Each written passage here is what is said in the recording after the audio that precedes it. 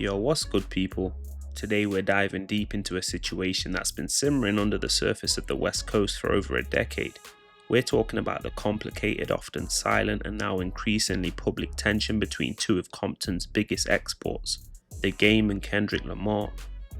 For years, fans have speculated about tension between these two LA heavy hitters. On the surface, it's two brothers from the same soil, but behind the scenes, the politics are deeper than rap. We've got alleged studio snubs, torch passing ceremonies that didn't sit right with everyone, and a certain superstar from Toronto who might have been the ultimate match that lit the fuse. Today we're breaking down the timeline, their hypocrisy claims, and why the 100 music video changed everything for the West Coast in a circle. This is the breakdown of the tension between the Game and K-Dot. To understand where it all went wrong, you gotta understand where it all started. Both these men are Compton through and through. Back in the day, the relationship seemed solid. We're talking nearly 15 years ago when the West Coast OGs, including Snoop and Corrupt, stood on stage and passed the West Coast torch to a young Kendrick Lamar. The Game was right there on that stage too, showing love to that next generation. Honestly, I think the Game wanted to diss Kendrick a long time ago, man, but he handed that nigga the crown. There's so much gang politics in there. He can't, I don't think on some, I hate you shit, but I think that Game always felt that Kendrick took the crown and never gave him, never paid homage to him like how other elders get it. I think he always wanted to challenge Kendrick, just maybe even lyrically. But I think the way the politics is set up in LA, it just wouldn't be that. It couldn't just be some lyrical shit on wax. They're both, have gang ties.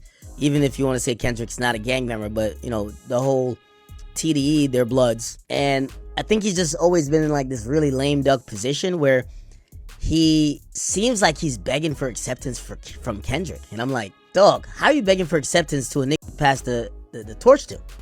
At the time, it looked like a beautiful moment for the unity of the city. But lately, people behind the scenes are saying not everyone who showed up that night was actually on board with how it went down. Yo, this is crazy, man. Let's get into it. Before the local superstardom, Game was seen as a bit of an OG to Kendrick, a mentor figure from the same streets. But as Kendrick Lamar rose to the heights rarely seen in hip-hop, the dynamic started to shift.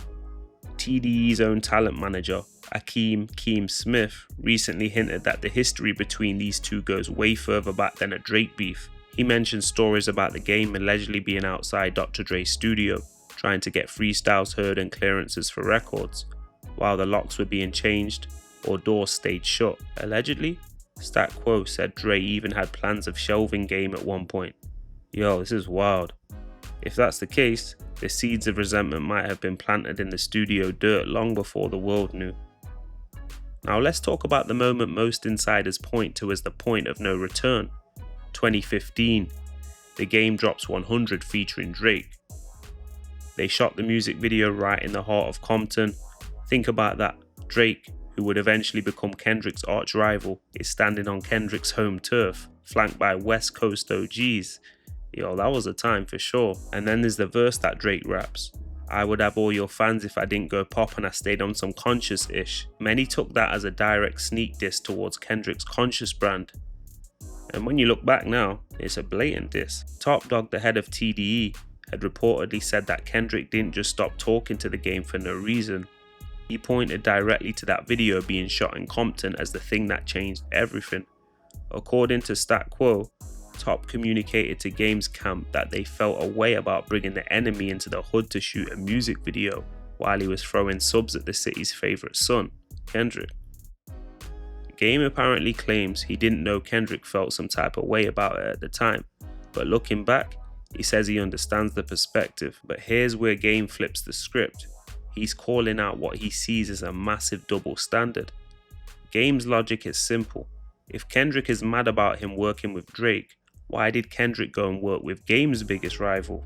Back in 2018, Kendrick appeared on 50 Cent's hit series Power as the character Laces. We all know the history. 50 and the Game have one of the most legendary bitter beefs. Game recently questioned why his collaboration with Drake was treated like a betrayal of loyalty, while Kendrick working with Fifth was just business. And he's kind of got a point. He reiterated that to me on the phone, that he didn't know that Kendrick felt the way about that. He reiterated it, but now he said in retrospect he could see and understand it. But guess what? This is the bomb. This is one of the bombshells I'm going to drop here today.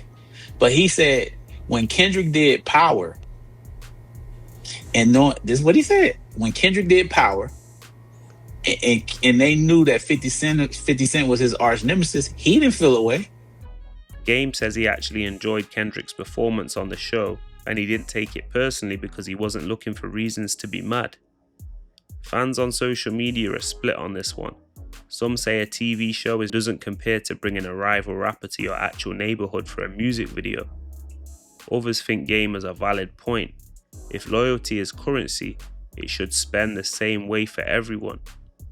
But critics are quick to remind everyone, Kendrick didn't use his appearance on Power to diss Game, but Drake definitely used that 100 track to sub Kendrick. Yo, the tension gets even pettier when you look at the small details. There's a story Top Dog allegedly brought up about a J-Rock music video shoot years ago. The story goes that some of the TD guys went over to Game's house to shoot a segment. Game allegedly put on a mask for the video, saying his label or someone in his camp told him he couldn't show his face. But then just 2 weeks later, allegedly in a Hurricane Chris video with his face wide open, to the TDE camp, these little moves felt like a lack of real support or moving funny. And yeah, it is kind of weird that he was moving like that at the time. Then you have the Game's cryptic social media presence. He recently left a mysterious comment on an IG post that seemed to criticize Kendrick for not reciprocating the support Game gave him early in his career. He wrote, "These ninjas aren't who you think they are. One day I'm gonna pull the curtain down so you can see every clown in their circus." While the Game is being vocal, Kendrick has stayed true to his reputation, total silence. Not a peep, not a sub, nothing. It's a battle between a man who wants to talk it out and a man who has seemingly deleted his number. So here we are, a decade of speculation, sneak disses, and he said, she said from the inner circles of Compton. Is this a beef that can ever be settled with a handshake? Or has too much time passed and has too much pettiness been done? With the Kendrick and Drake battle still kind of fresh in everyone's mind, and it was the last big rap beef, the pressure is on Game to pick a side, but he seems to be standing in his own corner, feeling like the West Coast OG who got left out in the cold. I want to leave you guys with a few questions to think about.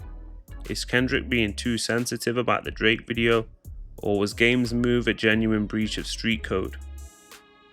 Does the Game have a point about the 50 Cent double standard, or is he just battling ghosts at this point in his career? And finally, will we ever see these two share a stage in the hub city again, or is the curtain fully truly closed on this relationship? Yo, let us know in the comments, man.